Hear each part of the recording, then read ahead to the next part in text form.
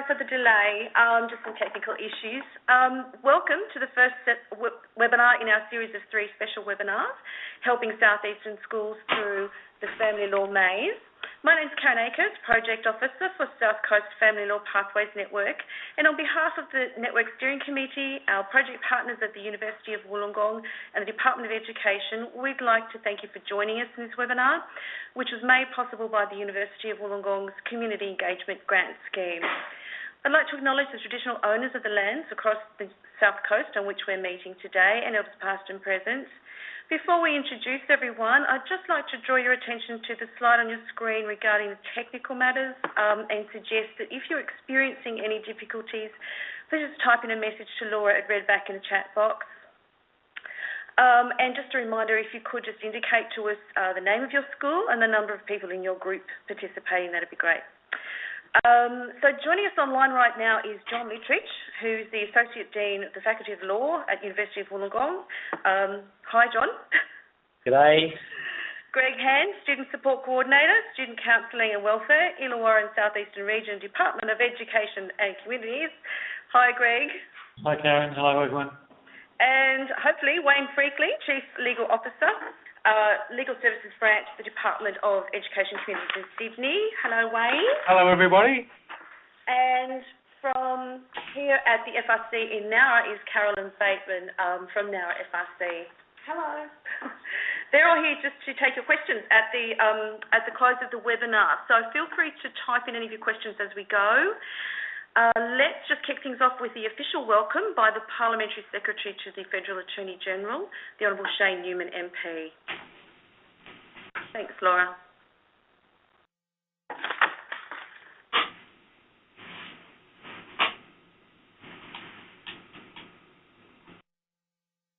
Traditional owners on whose land you are meeting during this webinar, and the elders past and present.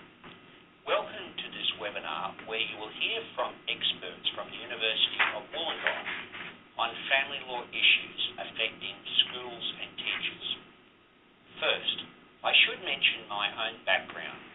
Before I came into Parliament in 2007, I was a senior partner at Brisbane law firm and an accredited family law specialist. I retain a strong interest in family law issues. My professional and personal experiences have led me to hold a deep belief that the rights of children should be protected. In this context, the best interest of the child is the first principle in deciding parenting arrangements to ensure a child's well-being and safety. The budget has provided an additional $30 million over 2 years to legal assistance agencies, which provide important family law information and advice to vulnerable and disadvantaged people. This year, the government has provided $2.8 million to 35 family law pathways networks throughout Australia. These networks foster strong links with locally based providers that operate within the family law system to enhance collaboration and improve assistance to separated and separating families. One of the objectives of the networks is to develop cross-sector training to help build stronger working relationships across the family law system. This webinar is a good example of such training. In addition to the work schools undertake to assist students to develop relationship skills and the work of counsellors helping young people going through stressful times, the government funds organisations that can also assist children and young people when their parents are separating. These organisations provide counselling and groups for children and young people to assist them during this very difficult time. These agencies work with parents to focus on the best interests of children and make safe, appropriate parenting arrangements following a family breakdown. It is good to see the Family Law Pathways Network collaborating with the New South Wales Department of Education and Communities and the University of Wollongong to provide information and advice to schools and teachers about family law issues they face in the course of their work. Through technologies such as this webinar, we are bringing family law information to people who have an important role to play in educating and guiding children and young people. The government's national broadband network will enable all Australians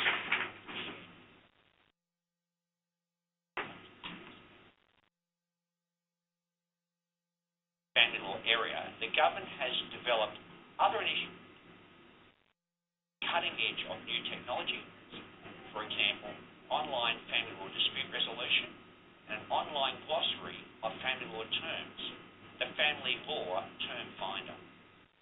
Other recent work for children and young people in the family law system includes the commissioning of research into the role and effectiveness of independent children's lawyers in the family law system.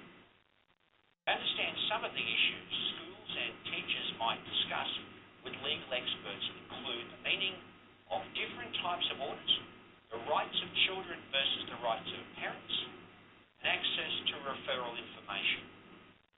I wish you well with your discussions today.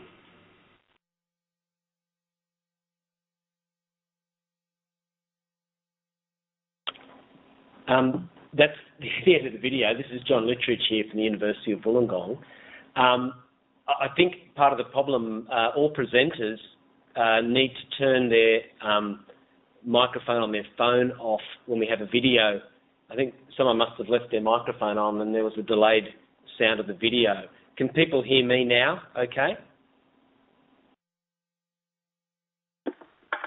Okay. Yeah, okay. I think the problem, thanks Jackie R and Dion H, your problems are resolved, that's good. I think the problem was, as presenters, we are doing this on speakerphone and one of us somewhere must have kept the microphone on their phone on while the video was showing, and you've been hearing it through the phone plus through the computer, so I apologise for that. What Shane Newman was trying to basically say was just to welcome you all and thank you for participating in it, and just basically commending your initiative in getting involved in this program, because schools play such an important role in children's lives. So I'm sorry you had to endure that echo, and I hope none of you have given up and walked away and you're still there. What I might do is move on then to the part of the presentation where I'm going to talk about some of the key principles and terminology in relation to family law. And my name's John Littridge. I'm the Associate Dean Teaching and Learning at the University of Wollongong. We've partnered up with the South Coast Family Law Pathways Network and the Department of Education. Greg here is partnered with us. And to put this webinar together over the next, today and the next 2 Tuesdays, to basically look at some of the issues that arise when there's family breakdown, how that impacts on schools through the children and their parents. And what we really want to talk about today in the first webinar is really look at some of the terminology and key principles in relation to family law, not so you can all become lawyers. That's not the purpose of what we're trying to do at all, but really so you can understand some of the issues that arise, because it's important that you understand the terminology and the principles that the Family Law Act embodies, so that when these problems arise in your schools, and hopefully they don't, but when they do, you'll be able to better understand the paperwork you're looking at and perhaps the different points of view or the issues being raised by the parties involved. So certainly, I suppose as well, we're hoping that it might dispel some of the myths or misconceptions you might have in relation to family law, particularly the one that all lawyers are bad people, because, we're actually quite nice people. We're trying to dispel that one. And because I've got a microphone and you can't argue back with me, I can do that. Okay. So, look, we're going to focus on some of the legal definitions first up, but I need you to also bear in mind that as far as the Department of Education is concerned, the Department of Education guidelines make it clear that it's not the school's role to be adjudicators or to try and resolve the issue. And in fact, I've just got a couple of dot points that I've taken straight out of the Department of Education guidelines, and we'll be looking at these guidelines in more detail shortly in this webinar. But there's 3 points there I just wanted to make clear that really the principle in making decisions in relation to children, they should be based on what they consider to be in the best educational interests of the child. And where parents can't agree on what is in the child's best interest, it's not the role of the school to do that, it's really the role of the court. So the school's role is really just to ensure that the educational interests of the child are being met, that the child is safe and that the staff are safe. The school's not the appropriate place for family disputes to be resolved, nor is it appropriate for school staff to resolve such issues. So I just really want you to dispel any fear you might have that the purpose of this webinar is to try and suddenly give you a 5-minute training course on how to be bush lawyers and resolving these. That's not at all what we're trying to do, but hopefully you can get a greater level of understanding of some of the key concepts and principles surrounding these issues. And then we'll look on in next week when we do the webinar 2, we'll be looking in a bit more detail at specific problems that might arise and particular approaches you could take in those areas. So again, I just put a little disclaimer up there that really this isn't intended to be legal advice. It's really matters of a general nature only. And always, if in doubt as to how to act when faced with a family law issue that arises at your school, by all means, check the DEC guidelines. It's a very helpful document, and we'll be looking at, as I said, that in some detail. And if necessary, contact the DEC legal team, and someone there, such as Wayne, will be able to help you. But you're not expected to dive in and chance your arm as some sort of adjudicator. Okay, so the Family Law Act, it's the key piece of legislation in the area that governs family law. It's a federal piece of legislation, which means it covers the whole country. So the Family Law Act applies in every state except for Western Australia, which has its own Family Law Act because they like to do things their own way, but it is pretty much a mirror image of the federal piece of legislation. When it comes to parenting issues, the best interests of the child are the paramount consideration in family law matters, and the court has to bear that in mind. And in fact, lawyers and other advisors, so counsellors, people working in family dispute resolution, as family dispute resolution practitioners, all have to make it clear to the parties involved, to the parents, that the best interest of the child is the paramount consideration of the court, and that is the way the court is going to view things. Whilst that is the obligation on advisors when talking to parties in a family law matter, of course, as a lawyer, when you act for someone, your obligation is to act in that person's best interest. So whilst the lawyer certainly is obliged to explain to the parent that the court has to resolve things with the child's best interest as the paramount consideration, the lawyer is faced with the situation where really they're got to act in accordance with their client's instructions, and unless the client wants them to do something untoward, that's the line they take. You don't need to worry too much about that, except to understand that that is why that even though it's the paramount consideration of the court to have the child's best interest, and the parties are meant to have that made known to them, they're not always going to necessarily take that advice on board, or may have a different view as to what they believe is in the child's best interest. And that's one of the big problems with trying to resolve family law matters in our legal system, because our legal system is really an adversarial system where both sides are presenting their particular arguments, their evidence, and leaving it to the court to make up its mind. So the court has to, under the law, the court has to find a balance between maintaining a meaningful relationship between both parents and the child, and the protection of the child from harm. And the Act now says that where those two things come into conflict, the court has to put greater weight on item B, that is the protection of the children from harm. As I said before, the focus is really on the rights of the child, not on parents' rights, although some parents forget that. There's nothing in the Act which says a mother is entitled to this or a father is entitled to that or a grandparent is entitled to X or Y. It's all about child's rights, but because one of the rights of the child is to have a meaningful relationship or meaningful involvement with both parents, balanced against the need for protection, sometimes there's a bit of a misconception out there among some parties that the right actually lies with the parent. It doesn't. It lies with the child, and that right can be overridden by what the court decides is in the child's best interest. So if the court decides that notwithstanding the child has a right to have a meaningful relationship with both parents, if it's in that child's best interest to have limited time with one of those parents, then the court will decide accordingly. So that right that the child has encompasses a right to know and be cared for by both parents and a right to spend time and communicate with both parents. But as I said, it's subject to what the court believes is in the child's best interests.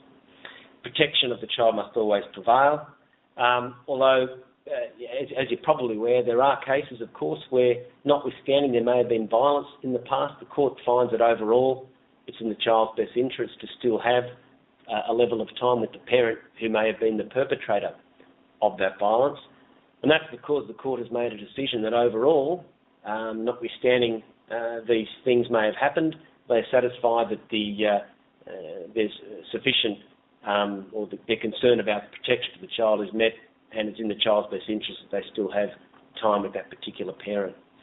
And this is one of the, I suppose, criticisms of the court, when they don't get it right, where it's trying to strike this balance between maintaining the relationship and protection, that doesn't always get that right.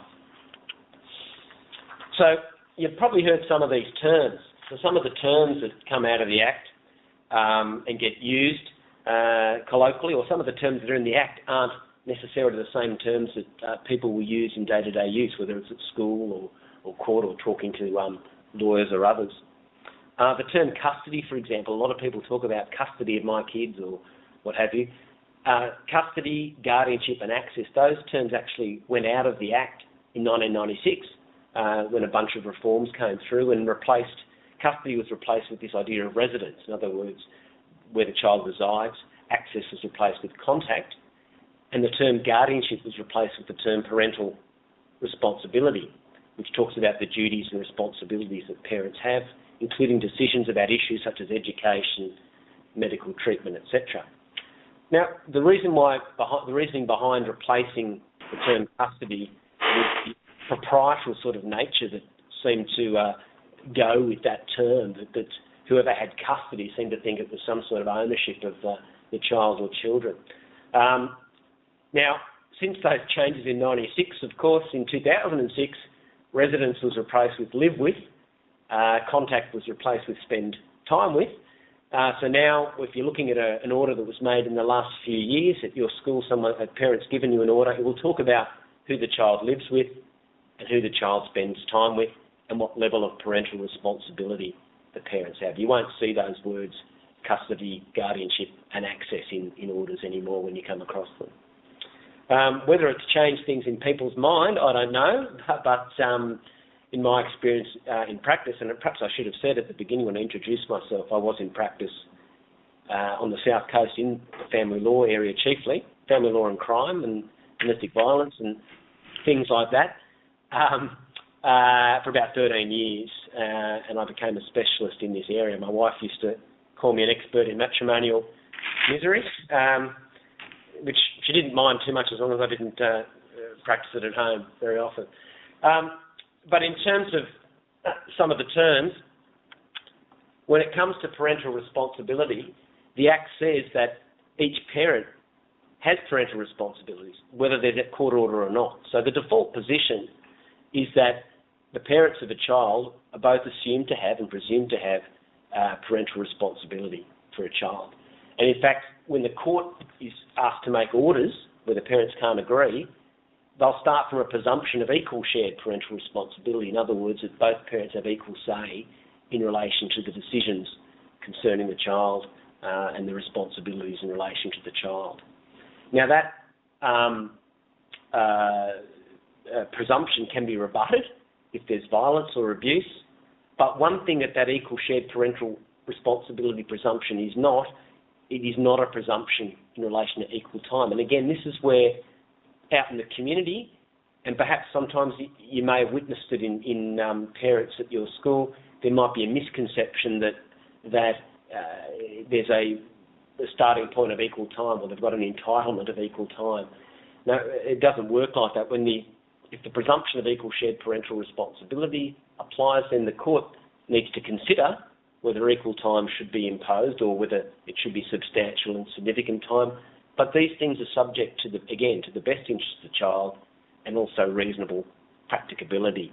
What does that mean? Well, if, for example, the parents are living miles and miles apart, even though it might otherwise be in the best interest that the child spend equal time with them. If it's simply not practicable, then the court can decide not to enter into such an arrangement. But certainly in the time that I've been in practice, or when I entered practice in 1989, there's certainly been a change in thinking in terms of the level of involvement that parents should have with children. It used to be that there was a main custodial type parent, and then the other parent would have every second weekend and half holidays or something like that. Well, that way of thinking has certainly changed, and there's certainly a much greater emphasis on involvement of both parents, but certainly there's also a greater awareness of the need for protection from violence. And the other message, in addition to this involvement of both parents, the other message the Act is trying to send is that protection of children needs to have priority. Now, 95% of all matters settle without going to court. So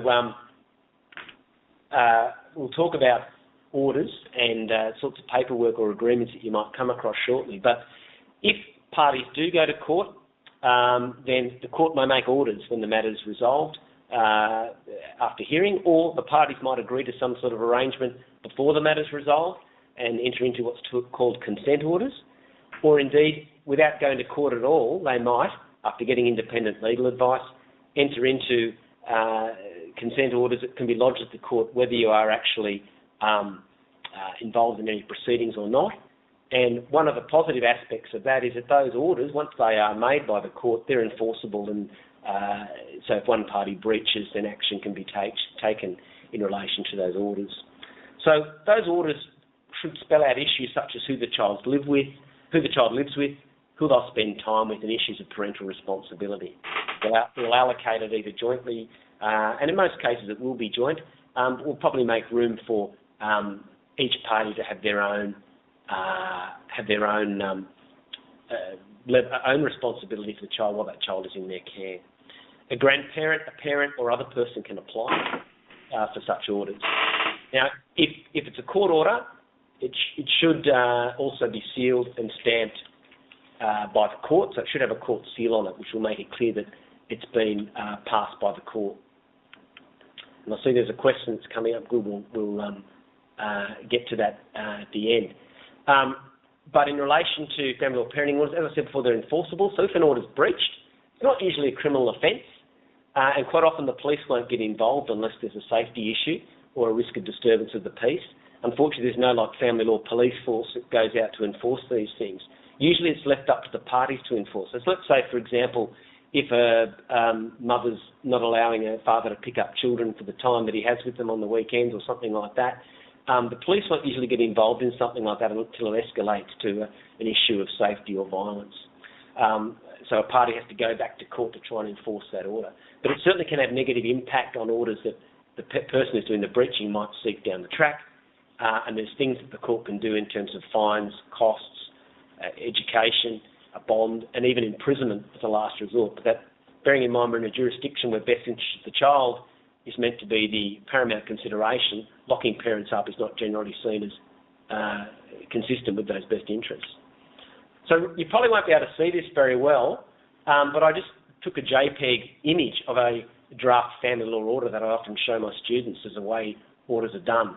So, look, it's not your eyes or your glasses, don't adjust your sets. It's just the JPEG image hasn't turned out terribly clear, but some of the main features you might be able to recognise. It's up the top, it'll usually say the Act, and that's because that's the Act under which the orders are made. This document is called Minutes of Consent Orders. It might just be called Orders, it might be called Terms of Settlement. There might be some other name given to the document. It doesn't really matter what it's called, so as long as you can see it somewhere that the court has sealed the document and that the court has made orders consistent with that document. In this case, this would be the sort of document that parties might draft up in the context of a court proceedings when they come to their own agreement before the court's handed down a decision. And you'll see it's got the names of the parties. This one's made in the family court, but it could be made in the Federal Circuit Court, which is the new name for the Federal Magistrates Court, or it could be made in the local court. Local courts have power to make orders if they're made by consent. Now, the child of the relationship, who they're going to live with, is dealt with first up. Here it's talking about this child, Jed Paul Smith, is going to live with the mother. talks about each party having equal shared parental responsibility, and then it goes on to talk about the sort of things that includes education, religious upbringing, health, name, changes to living arrangements. It then goes on to talk about parental responsibility being sole while they're in the care of the actual parents. So while they've got them for the weekend, for example, or in their care, day-to-day decisions are up to that particular parent. They don't have to ring up whether the child can ask if they can have white bread or brown bread or day-to-day type decisions. The next few paragraphs here are all dealing with the arrangements around the time the child spends with dad, and I'll flick through because it's probably hard to read. Gone too far. Christmas time, Easter time, the sort of detail that might be in an order. It then goes on here to talk about issues of communication over on this page in paragraphs 8 and 9, about informing each other about health issues, about going on to talk about vaccinations, informing about illnesses, keeping each other informed of sporting activities, right down to things such as, you'll see down here, 21, keeping informed of progress at school, and then 22, signing all documents necessary to allow each party to access documents in relation to school reports and matters of that nature. And as you could have seen by that, it's quite a bit of detail. A lot different from the day when I first started practice. Quite often you'd have something like mother have custody, dad to have reasonable access, which really didn't mean anything and was very difficult to enforce. But now there's much more emphasis on putting a lot of detail in there, so there's less room for argument.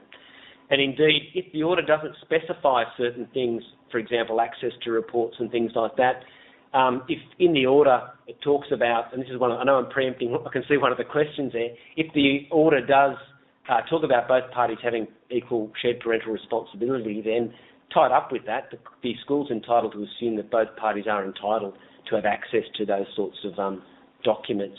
And we can address that in more detail, if not today, then certainly next week with some of the specific questions.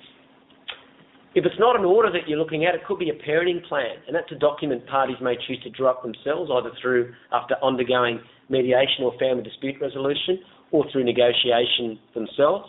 It's not enforceable by the court. It's not a court order, but it should be signed by each of the parties and should set out and evidence what it is they've agreed to do. So if the parents can't offer you an order that sets it out, then it may be in a parenting plan, or, and as we'll address shortly, there may be no documentation at all.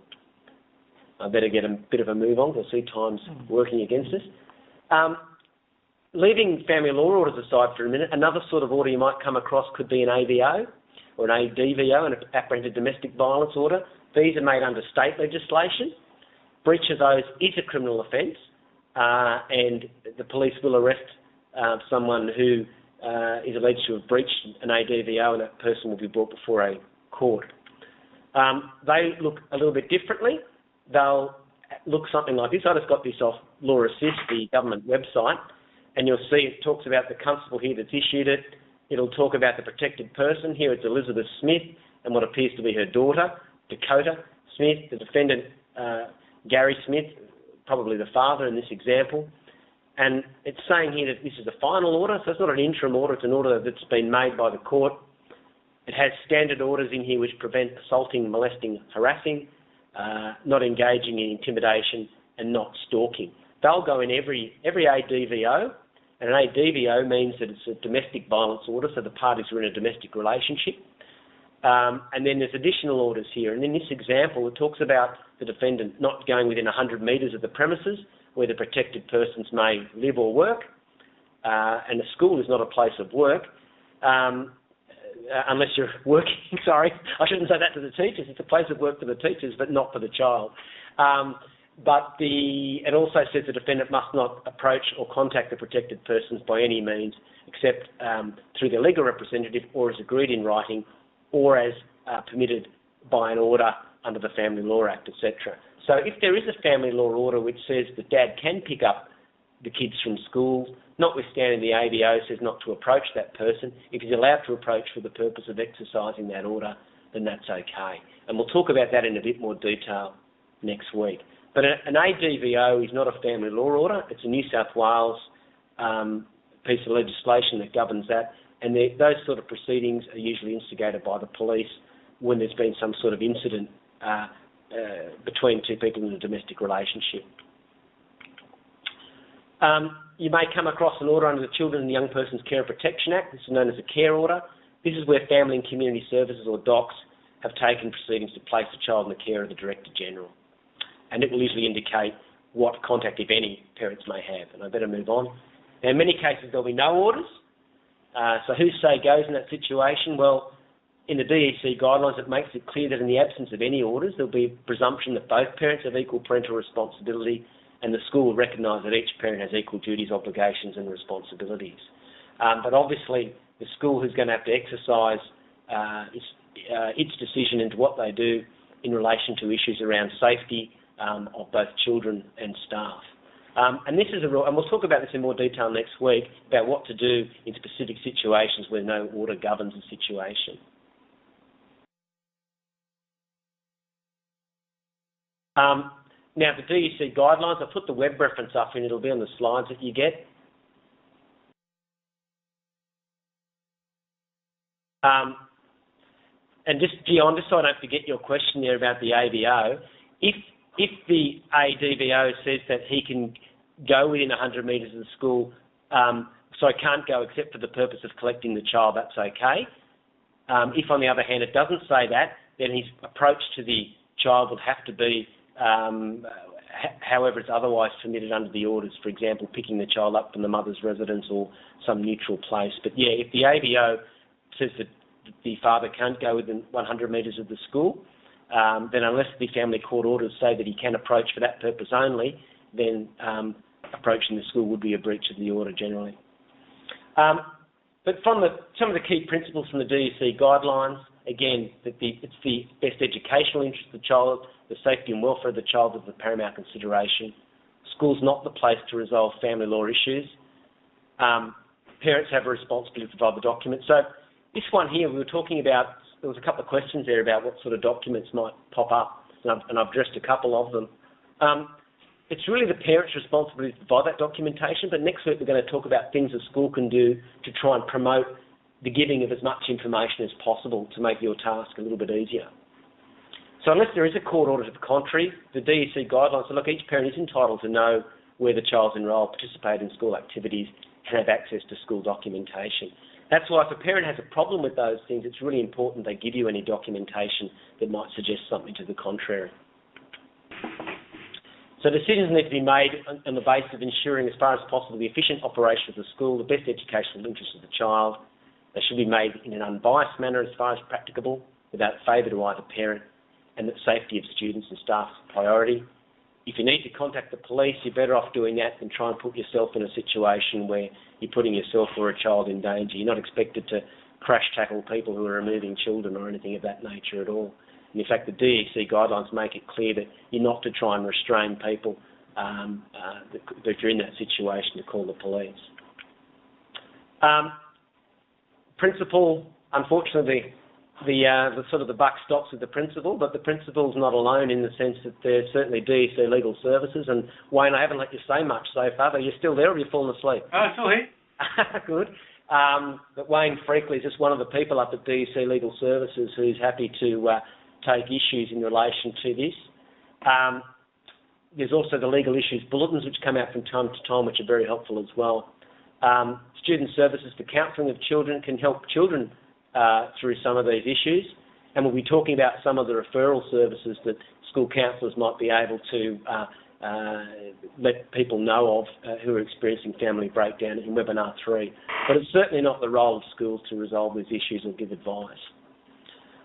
So basically today what we've looked at is some of the key terms. We're only going to have a few minutes for questions at the end, unfortunately, because we're a bit late in starting, and I apologise for that. We had some technical issues. Hopefully that's given you a bit of a background to some of the key terms and the context, I suppose, that we find ourselves in relation to these issues. Next week we're going to look at some specific issues such as enrolment, parents collecting kids from school, permission notes, a parent turning up at school to collect a child against the wishes of another parent, things like that, and what is both the way to go in terms of both the law and the guidelines. And then on webinar 3, we're going to take that further and get some specific fact case studies and work through them with a bit of a best practice flowchart. So I know it's been a bit of the John Littrich show, and I apologise for that today, but we were short on time. But certainly we can maybe try and address some of the questions. Karen, have you been able to keep a record of the questions, or do I need to go back and... There's just those few questions that are down in the chat box there. I think you've pretty much addressed them, unless people have some... I'll see if I can... Someone put down the bottom there, do the DEC guidelines provide some clarity re picking up children? Yes, they do. And I don't know whether Wayne, I'm putting you on the spot to talk about that, or whether it's in clause 11 of the outlines. Maybe that's what you were getting at, Karen, that part 11 of the DEC outlines do provide some clarity, but basically in the absence of an order, even if another parent isn't happy about the other parent picking up the child, there's not a lot that can be done. And even if there is an order, if someone's intent on breaching it, the guidelines make it clear that while the school should do its best to try and persuade the parent against that course, if they're intent on doing it, you can't physically restrain them or stop them. You probably need to let the other parent know what's going on. If it's a situation where you've got concerns for safety, then the police would generally need to be called. But other than that, if it's simply a matter of someone not obeying what the family law orders say, that's really between the parents to take to the court. Is that pretty well right, Wayne, in terms of... Yeah, we give a little bit different advice, but not terribly different. Our general approach is that if a child's come to school from mother, for argument's sake, we would normally expect the child to go home to mother, unless the mother agrees otherwise. So if dad turns up in the middle of the day, there's no court orders.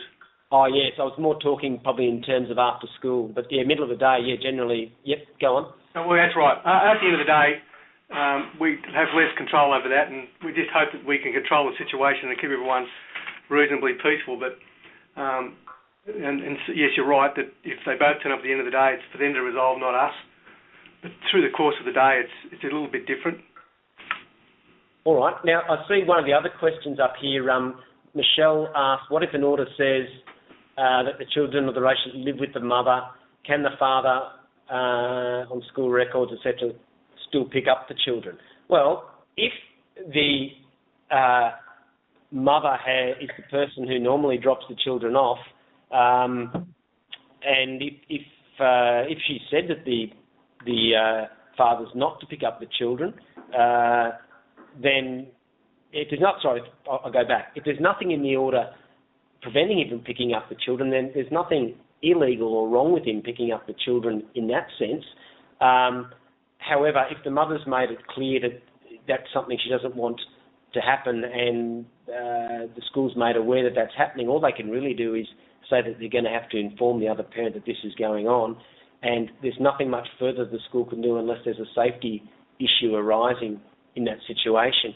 And I'm talking about after school, but during school, the sort of things that Wayne just talked about, of course, apply, and that the school, you've got your own mechanisms in place for this. It's not normal course just to let the kids go off with someone who doesn't have the permission of the parent who usually puts them into the school, and that would apply. But at the end of the day, when it's pick-up time, there's a lot less control the school has over that situation. Sorry, just to interrupt you, John, the only exception to that would be if the staff were aware that the child was displaying some sort of distress or agitation or concern about going with that particular parent, then we would probably advise the staff to not allow that to happen. Yeah, it says that in the guidelines. You're right, Wayne. The guidelines make it clear that because the school's concern is the child's interest, if the child's expressed, I don't want to go with Dad, or I'm scared, or something of that nature, then the school should act to try and, in accordance with their duty of care to the child, and try to dissuade the father, probably contact the mother in that scenario, have them collect the child, rather than let the child go in those circumstances. Dion mentioned about these orders are not dated. They should be, Dion. They should be dated.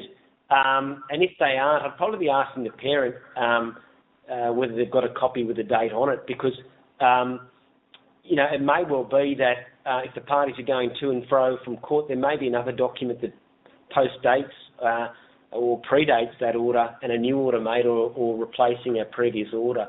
And so it's probably good that the school has the most up-to-date order and know when it was made and how recently it was made in case arrangements have changed since that time. Dion's typing another comment for you, John, I think. Oh, okay. There we go. Oh, there you go. Right, okay.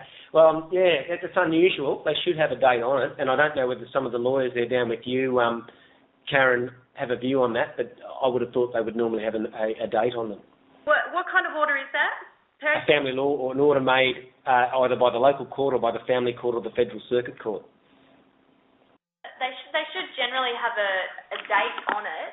I've never seen a court order without a date on it, so it might be that the ones that the teachers are seeing aren't court orders per se, but they might be a parenting plan. Correct, yeah. That might be. Is that Michaela, is it? That is. Hi, Michaela. I recognise the voice.